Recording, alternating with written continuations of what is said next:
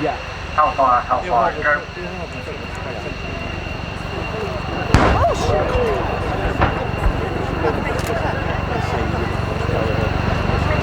Good one.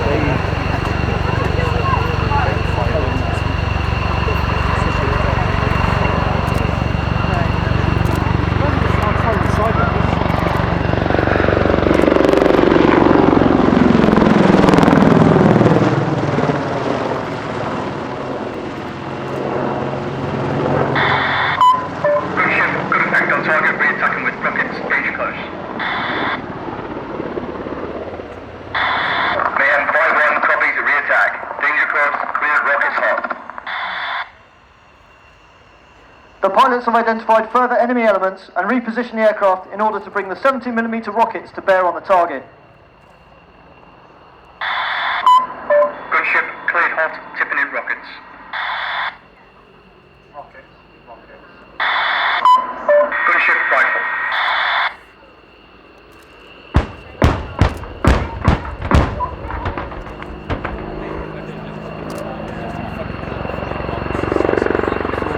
On recovery from the diving fire profile, delivering a successful rocket strike, Jim reacts dynamically to avoid any ground fire, here conducting a 270-degree wing over.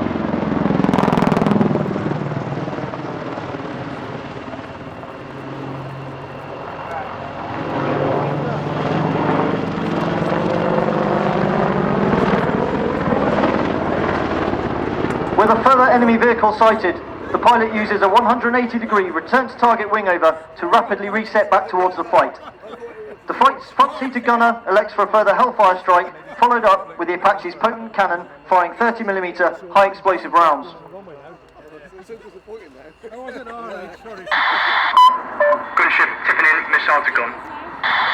AM 5-1, roger, cleared hot. Hellfire, go.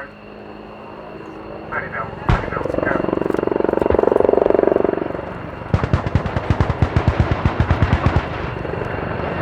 Converting speed to height, the pilot once again minimises the threat of ground fire, this time with a rapid climb and flight, making tracking and predicting the aircraft's flight difficult for an enemy attempting to engage.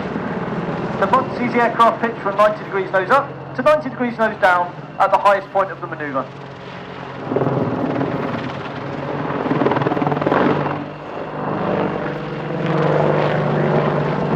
After 3 successful strikes and with enemy vehicles burning, the pilot positions the aircraft in a high wheel, circling the target to allow the front seater to conduct a comprehensive battle damage assessment. While Staff Sergeant Balker scans with the cameras, Jim spots the remaining enemy soldier with a surface-to-air missile preparing to engage the aircraft. Using the targeting symbology projected into his right eye through his helmet's monocle, Jim slaves the 30mm gun to his line of sight and can quickly engage the threat, decisively ending the contact. Target, pilot, helmet sight, steady mic firing.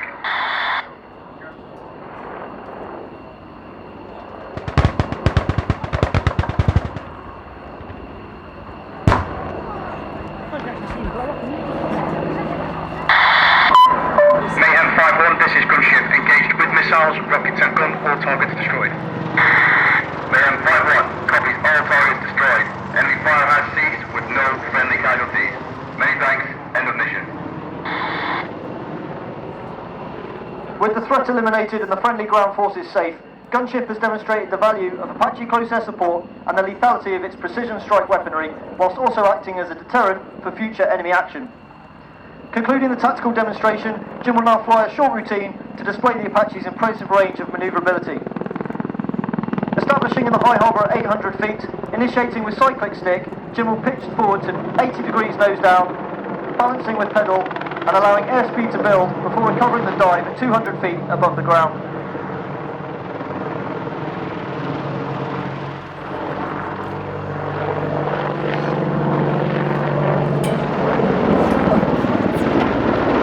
A wingover is a tactical return to target manoeuvre, commonly flown to quickly reposition the Apache back towards a threat. Approaching 120 knots or approximately 140 miles an hour, Jim can convert this energy and momentum into a 70-degree nose-up climb. Once climbing, the aircraft is rolled to 90 degrees angle of bank, and R-cyclic is applied to bring the aircraft through 180 degrees.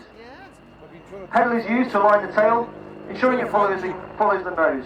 The exit is flown to recovery onto entry parameters. Cameras at the ready, ladies and gentlemen, as the aircraft returns to crowd centre for a close-up look at the 360-degree wing over. The aircraft is pitched to 6 degrees nose up and 90 degrees angle of flank. Whilst coordinating control inputs, as well as monitoring the power, the 10-ton helicopter can be flown back over its right shoulder through 360 degrees.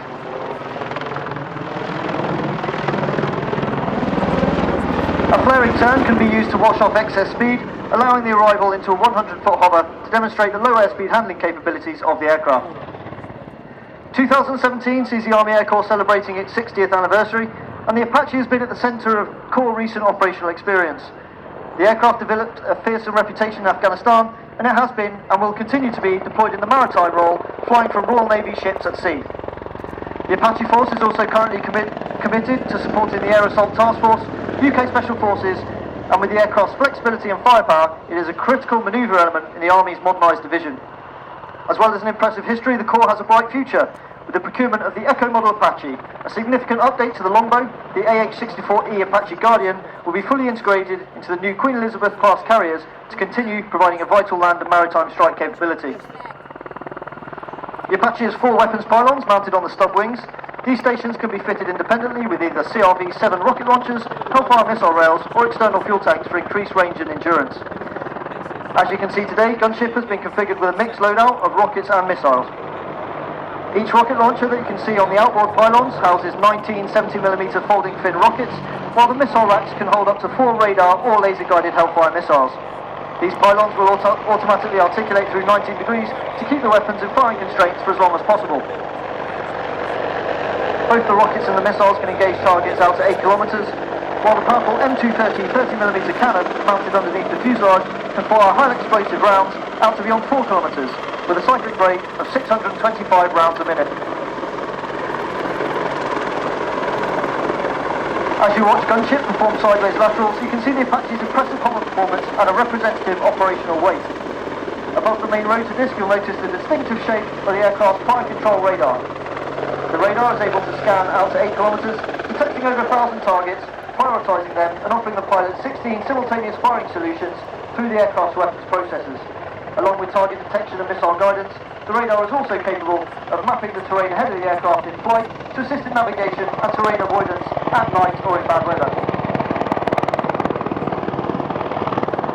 On the nose of the aircraft is the Target Acquisition and Designation Site, or TADS, housing the day TV and infrared cameras, as well as a Class 4 laser for ranging and missile guidance. A further infrared sensor mounted above the TADS can be slaved to the pilot's helmet position, allowing flight at night in pitch black solely with reference to the image projected into their right eye from the helmet-mounted monocle. As seen earlier, this helmet sight can also be used to control the position of the gun, one of the Apache's more famous party tricks. The Army Air Corps continues to actively recruit both officer and senior non-commissioned aircrew, making the Army the only service that offers a flying career to both soldier and officer pilots. If you'd like more information on the Army Air Corps, please do visit us at our static display aircraft, where I'll be happy to answer any of your questions. Completing the 180-degree return to target manoeuvre to your front, Jim will now approach head-on for another look at the 360-degree wing over. This will demonstrate the awesome power of the 2 turbomecha engines mounted either side of the fuselage. Each engine provides over 2,300 shaft horsepower, meaning together they produce more power than 4 Formula 1 racing cars.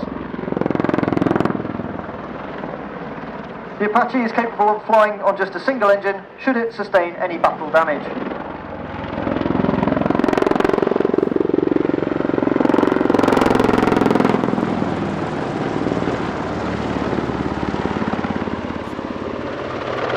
As the crew reset for the signature finale of the Apache display, we'd like to ask you just to put your hands together and thank our partners at Event Horizon for providing today's fantastic pyrotechnic effect.